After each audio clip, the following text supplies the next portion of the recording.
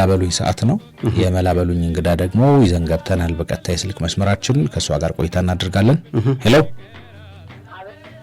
ይሰማል? እንደምን አለሽ? እግዚአብሔር ይመስገን። ያው መላበሉኝ ብለሽ ቴክስት አድርገሽልን ነበረ። ምንድነው ያስጨነቀሽ ያሳሰበሽ ጉዳይ? በጣም የሆነ ሞዴል ነበርና አሁን እኮ እንትን ብሎ ከሌላ ሰው ጋር እንዳለ ነገሩኝ እና ምን እንደማረግ ግራ ገባኝ። መተው እኮ ቀላል ነው። አንቺ የምትወጂው ነው ወይስ ፍቅረኛሽ ነው? የምትወጂው ሰው ነው? ነበረ ማለት የምትወጂው ሰው ነበረ ወይስ ፍቅረኛሽ ነበረ? ፍቅረኛዬ። ምን ምን ያክል ጊዜ ቆይታችኋል በፍቅር? አንድ አመት። መቼ ነው እንዴት ተገናኛችሁ? እሰው ቤት እየሰራሁ ነበር ምን ተዋወቀው። እሱም እዛ እየሰራ ነው? እሱ ጥበቃ ነበረ። ባለፈውም ተመሳሳይ ታሪክ ገጥሞናል እንደዚህ። ከዛ ለቀቀ እሱ እና እዛው እንዳለ እኔ ቀየርኩኝ ክፍለ ሀገር ስመጣ እዛ እያወራን እያለ ነበር።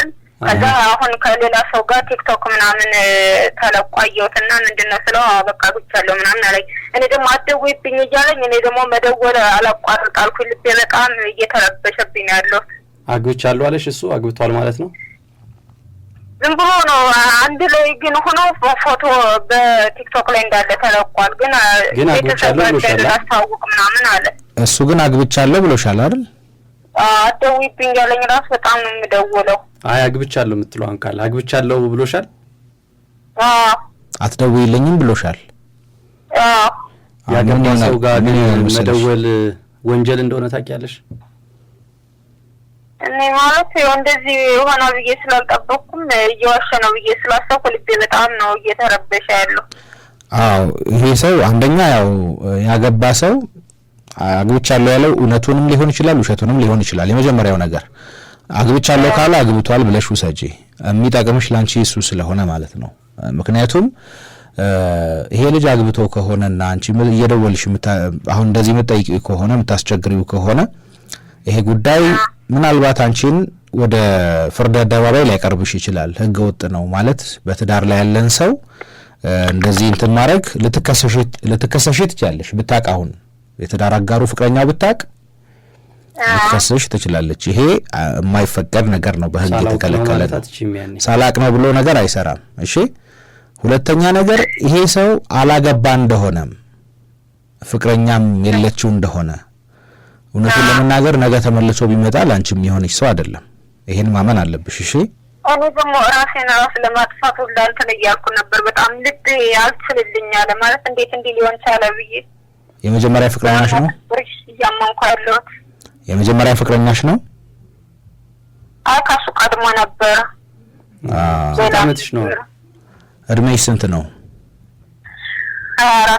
24 ዓመት።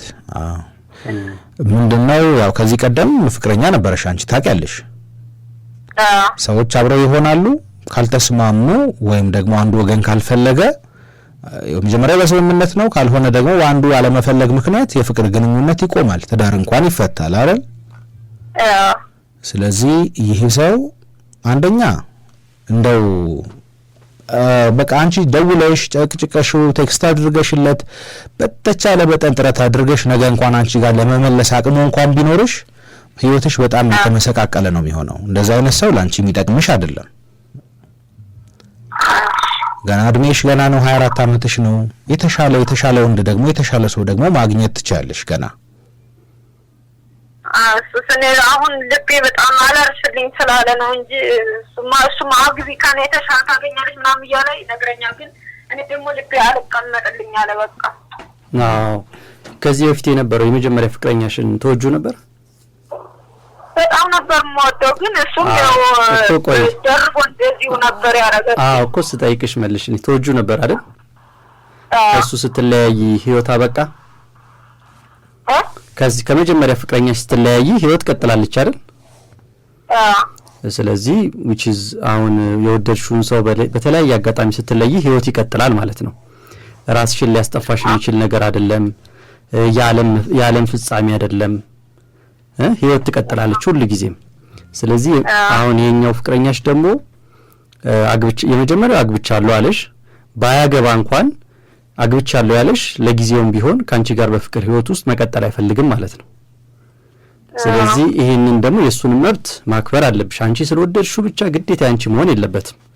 ላንቺ የምትወጂው የሚወድሽ የሚንከባከብሽ ደግሞ የህይወት አጋርሽ ይመጣል። ምናልባት ይሄኛው ያንቺ መክሊት አይደል ያንቺ አይደለም፣ በቃ የሰው ነው። የሰውን መመኘት ደግሞ በህግም በሞራልም በሃይማኖትም ደግሞ የሚያስጠይቅ ነገር ነው። በሃይማኖትም ኃጢያት ነው፣ በህግም ወንጀል ነው አይደል? ከሞራልም አንፃር ደግሞ ፍቅረኛ ያለውን ሰው ደግሞ እንደዚህ አድርጎ መከታተልም ደግሞ ትክክል አይደለም አይደል? ስለዚህ ላንቺ ይሄ ነገር ያንቺ አይደለም፣ እሱ አልፈልግም ብሎሻል ካለሽ ደግሞ ላንቺ የሚሆን ሰው ደግሞ ነገ ይመጣል። ስለዚህ አሁን ምን አርጊ መሰለሽ፣ እሱን የሚያስታውስሽ የጋራ የፎቶም ሊሆን ይችላል፣ ብዙ ጊዜ ወይ አብራችሁ ሆናችሁ የምታሳልፉበት ቦታ ካለ እንደዚህ አይነት ነገሮች እሱን የሚያስታውሱሽን ነገሮች ለማስወገድ ሞክሪ። ከዛ ደግሞ ራስሽን በተለያየ ነገር ቢዚ አድርጊ። በብቸኝነት ሆነሽ እሱን ብዙ አታስቢው። በቃ ህይወት ይቀጥላል። ላንቺ ያለው ደግሞ ነገ ይመጣል። እሺ በቃ በርቺ። መልካም ጊዜ ይሁንልሽ። አመሰግናለሁ። ቻው።